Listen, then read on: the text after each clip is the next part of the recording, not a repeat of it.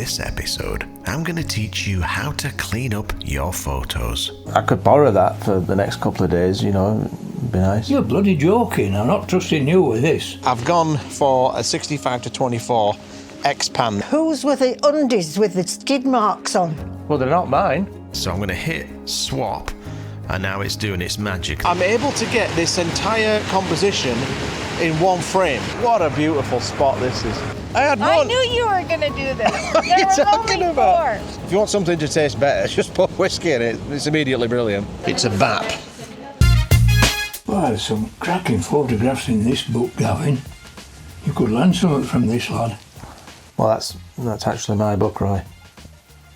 Your book? Yeah, I wrote that. You like it? I suppose it's all right for a novice. Anyway, where are you thinking of going next? We're off to the Scottish Highlands. Oh, it's grand up there, lad. Let me get my maps out now. No, we're all right, though. We don't need a map. We've got GPS, satellite navigation. Suit yourself. Yeah. So, I've been thinking about what you said about my camera being a bit of an antique, so I thought I'd update it a bit. Yeah? So, I've got this. Is that a Hasselblad? Yes, aye. It's a belter. Well, you know what, Roy? I could borrow that for the next couple of days, you know, it'd be nice. You're bloody joking, I'm not trusting you with this. I've seen what you do with cameras, lad, dropping them in rivers and that. Oh, forget it. No, all right then. I'm just doing the laundry, and I was wondering whose were the undies with the skid marks on. Well, they're not mine. Anyway, what do you want for dinner, Roy? Oh, he's already asleep. Can we have Yorkshire puddings? Good idea. With that Hasselblad X2D, I knew I could get a killer shot of a certain Scottish castle by using the Hasselblad Xpan aspect ratio. It's built into the camera. I just had to liberate the camera from Roy. Besides, I'm sure he'd prefer his old antique Exacta. Yeah.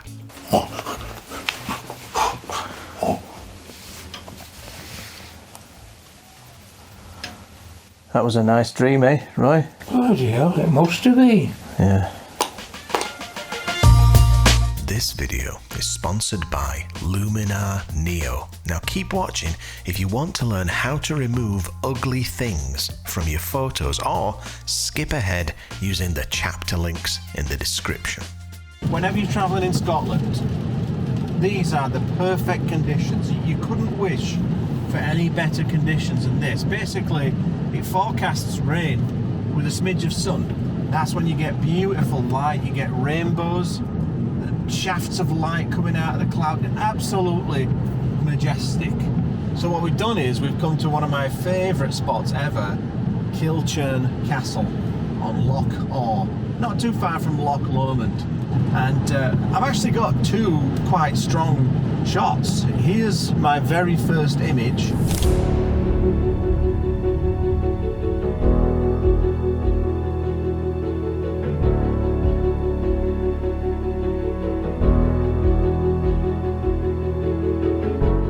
And then because I was there for the night, I decided to go back the next morning for sunrise, and here is the sunrise shot that I got the next morning.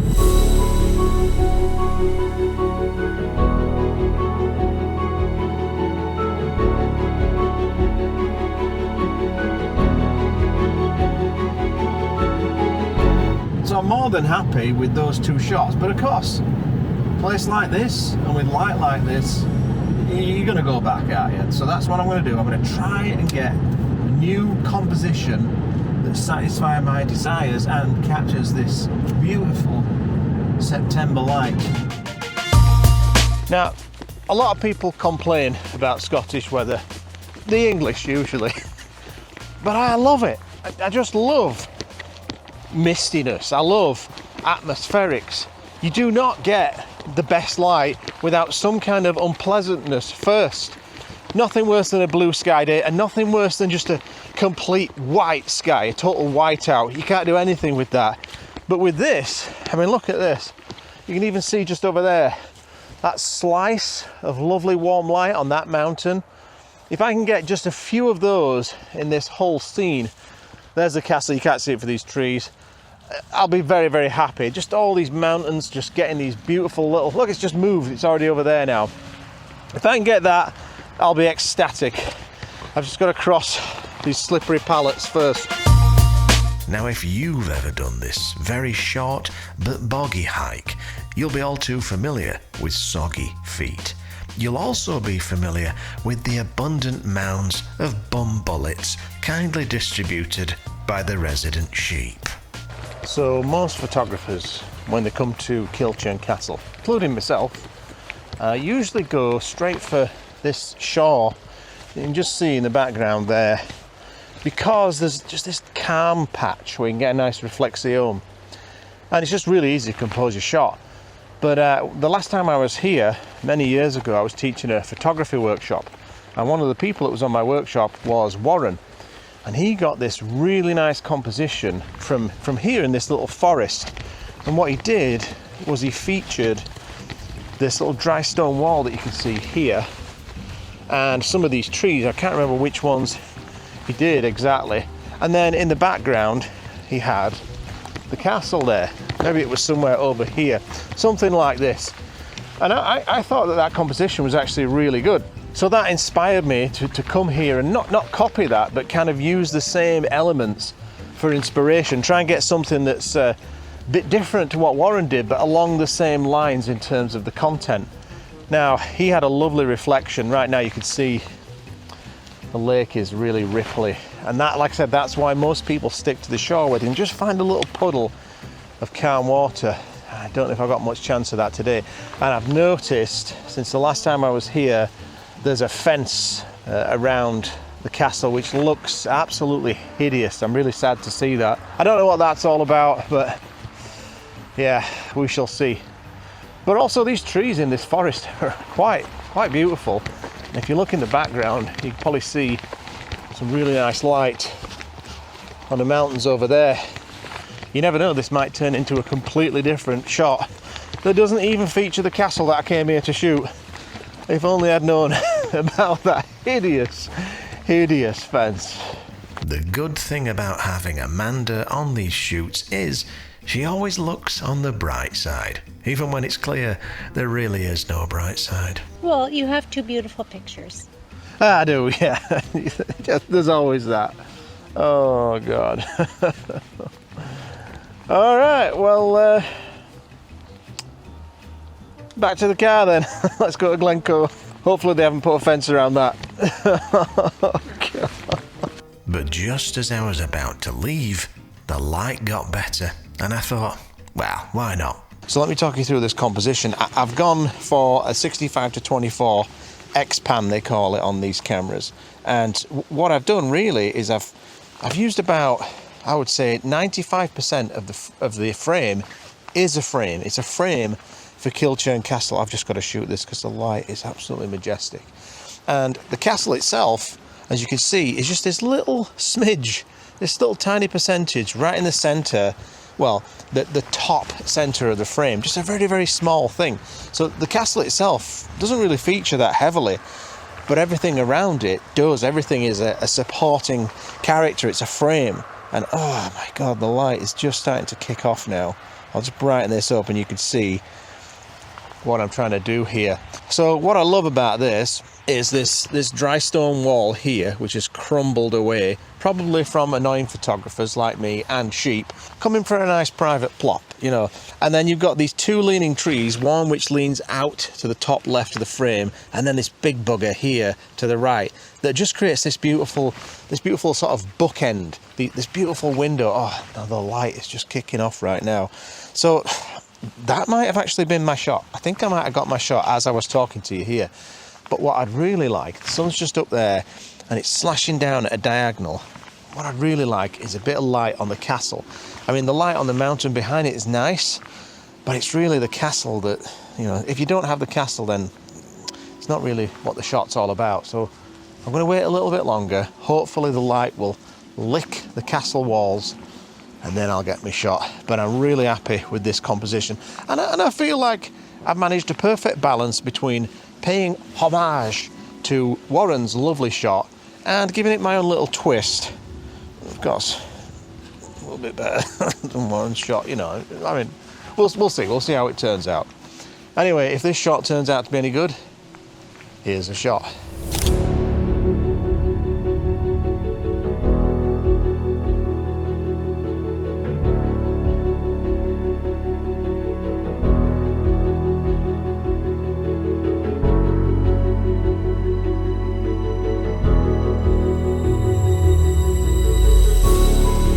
Now you may have noticed that there is no hideous fence around the castle, and that is because I've removed it using Luminar's new Genswap tool. Let me show you exactly how I did that. Okay, so this really simple process begins in Luminar Neo's catalog page, where I've just imported this image, and if I just click on it and then drag it over here to the Genswap tool, and it'll now load it into that tool. So if I zoom in here, you can see this hideous fence. Look, just look at that.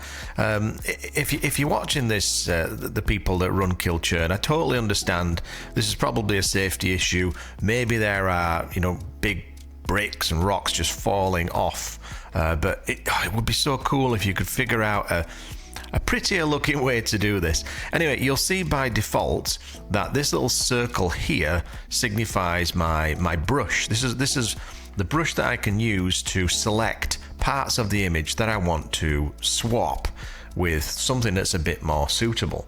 So I can make this bigger by holding down my right bracket key, or smaller by holding down my left bracket key, and that's probably about perfect. So all that you do is you just click and you start to brush.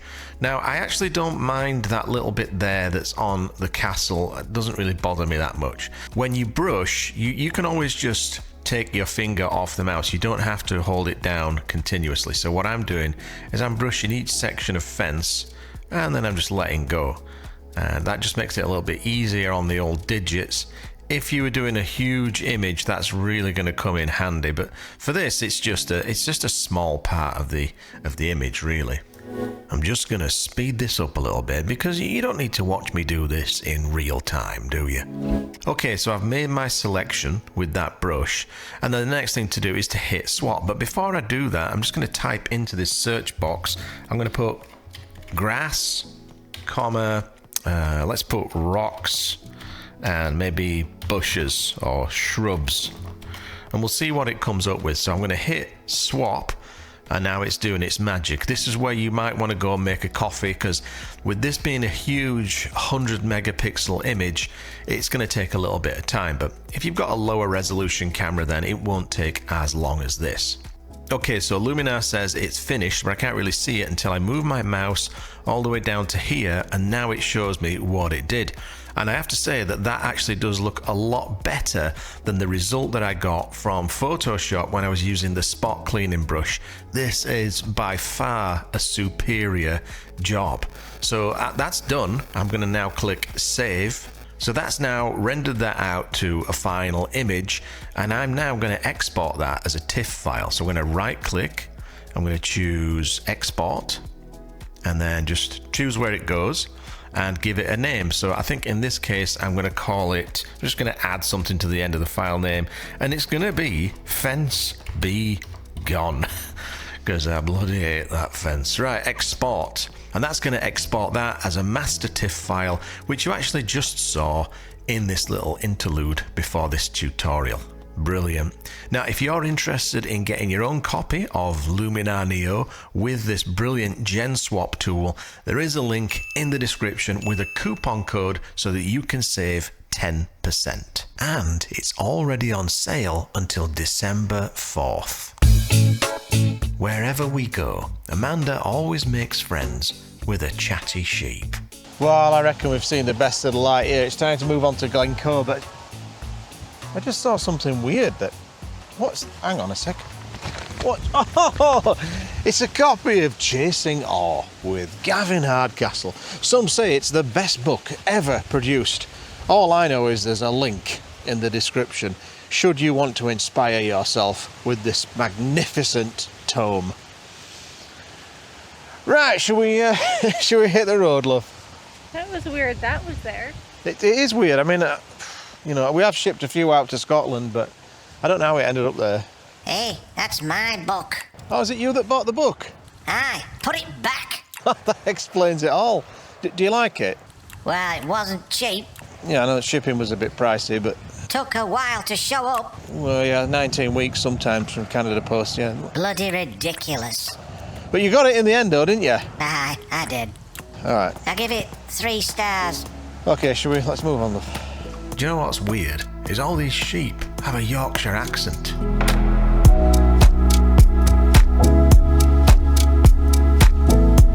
Landscape photography often involves a lot of driving, and in the UK that can often lead to a miserable experience, unless of course you're driving through Glencoe.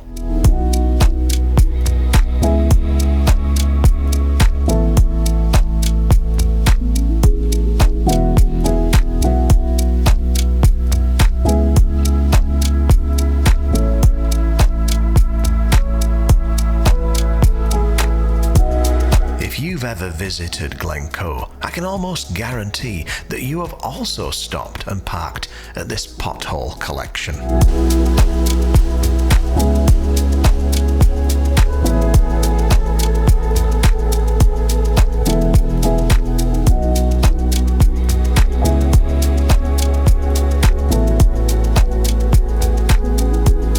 The creeks were absolutely full to bursting, and in spite of the downpour, we just had to get out in the wet stuff and try and find a shot. And I've already fallen flat on my ass, landed in the mud, in front of all of the traffic, just over there.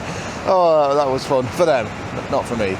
But I've found this absolutely gorgeous shot, which many of you have emailed in and explained exactly how to find this location. And it would have been really good if I'd just gone back to my emails and tried to do a search of Glencoe, but I didn't do that, did I? I didn't do that.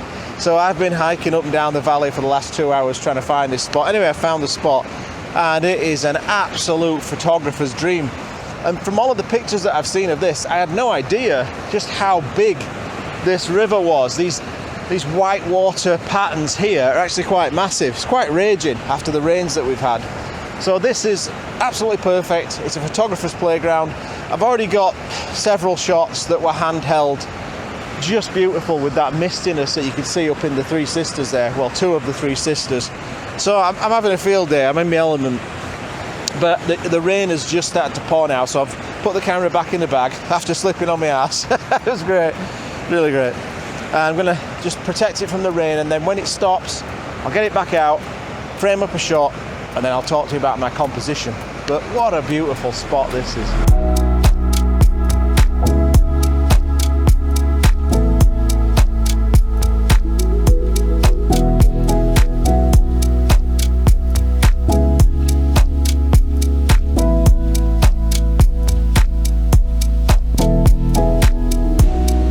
All right, so while we're waiting for the rain to ease off a little bit, because I'm not shooting in this, it's times like this that I like to enjoy a lovely piece of Scottish shortbread.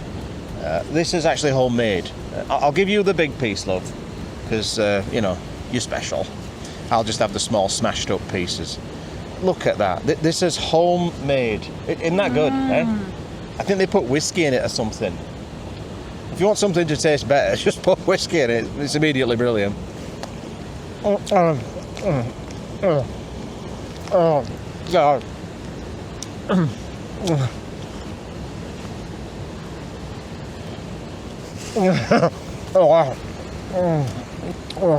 God. I just need 3 kilos of that and I'll be happy. The other thing that I like to do whenever I'm out in the rain, waiting for the light to change, is I like to inspire myself by reading a few pages from Chasing Awe with Gavin Hardcastle. Some people say it is the best book ever produced. Now, I don't know about that, but what I do know is there's a link in the description. That's 2 promos in the same video. I'm on a roll. In fact, we've been on a trip for the last 3 weeks, all over Ireland, Scotland, Northern Ireland, and I have completely forgotten to plug my book, like a complete amateur. So for today, I'm going to make up for that, and you're going to get really sick of hearing it. So, hang on. No, you ate one at this place. I had one. I knew you were going to do this. What are you talking about? 4. Yeah, but I didn't eat a full one. I just had crumbs. That's mine, that. No, it's not. That's what's left of my actual piece. You had a full piece. I didn't. I had some crumbles. You're such a liar. Oh, go on then. You have it. No, you have it. I know how you work. Go on, have it. It's not worth the grief. Oh, look at that light. I nearly took some of your finger off there. Oh, look at this business. That's a bloody good shortbread. I would go so far as to say that is the best shortbread I have ever had. Staying at a B&B in Fort William, it's quite good. And that has been the highlight of the stay. I think I might put that in their review. Anyway, so we'll just sit here and freeze in the wet and wait for something to happen. It looks like it's clearing a bit up there. Look at that. Look, can you see it? It's clearing a bit over there. Look at that. So I just need it to happen over there when I'm shooting my shot. Link in the description. As soon as the rain calmed down, I settled in to get my shot. Right, so let me talk you through this shot, and you can see it's not quite level. It was level a second ago. I'm sinking in soggy, damp mud. But let me just brighten this up so you can see my composition. So in the foreground, I've got this waterfall that drops in from the bottom left, swirls into the whole, basically this river takes up the whole bottom half of the frame, and these lovely rocks in the foreground, which I believe are covered in lichen. Subscribe. You get it? And then in the background, of course, I've got 2 of the 3 sisters. If I just darken this down a little bit, you can see those moody clouds. I actually, oh, there's a little wispy up there. I'm going to take that shot. I feel like it was a little bit more atmospheric earlier when it was raining. But what I didn't have is that lovely contrast that you could see in the clouds in the background there. Look at all that texture. Oh, I'm going to take that shot. I want both. I want the sort of mistiness that the rain gives, but I also want that contrast that you see. So I don't know, maybe I'll come back this afternoon and reshoot this. I'll just keep shooting this shot. But I'm able to get this entire composition in one frame, which is absolutely brilliant. I'm really happy with that. Now, I've tried all kinds of different comps. I've been all over the shop, handheld, getting shots, panos, really down close on this water. I might even go back down there now and do another one. But the problem is when you get down there where all the interesting water is, all of these trees that you can see on the side there, they just eat up the mountain, and then you can't see the mountain, the two of the 3 sisters, and that's really the most important part of the shot. So I've come back up here to try and just get one all-encompassing frame that has the waterfall, the river, the rocks, the valley, and the mountains, and those moody, dark clouds. Oh, I'm just going to take that shot. Anyway, if this one turns out to be any good, here's the shot.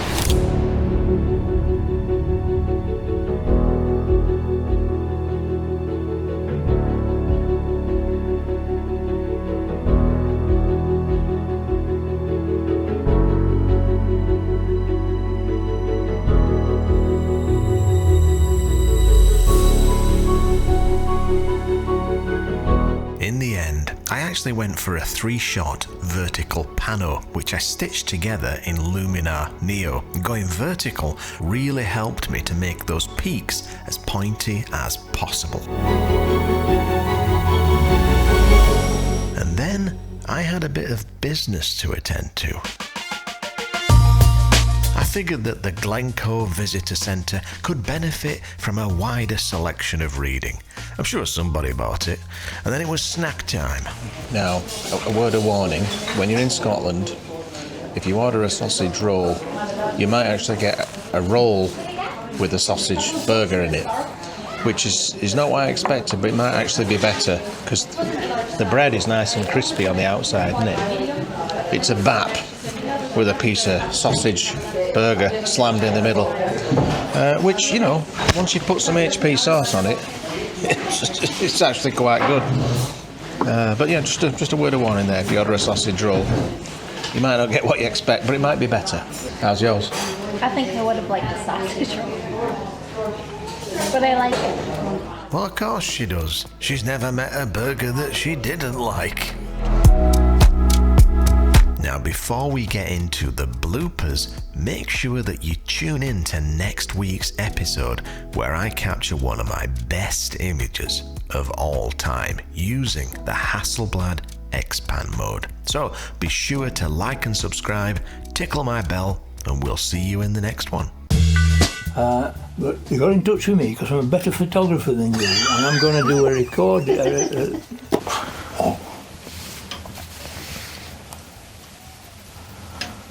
That was a nice dream, eh, Roy? Bloody hell, it must have been. Yeah.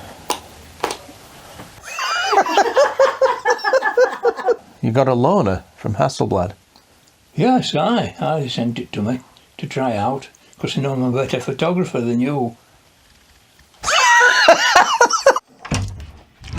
I'm just doing the laundry.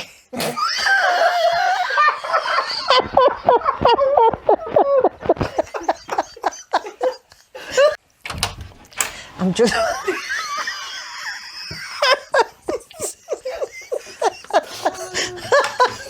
Back girl. I'm just... I'm just...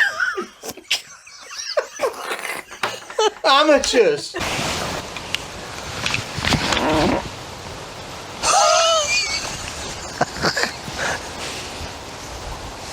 Did you get any on you?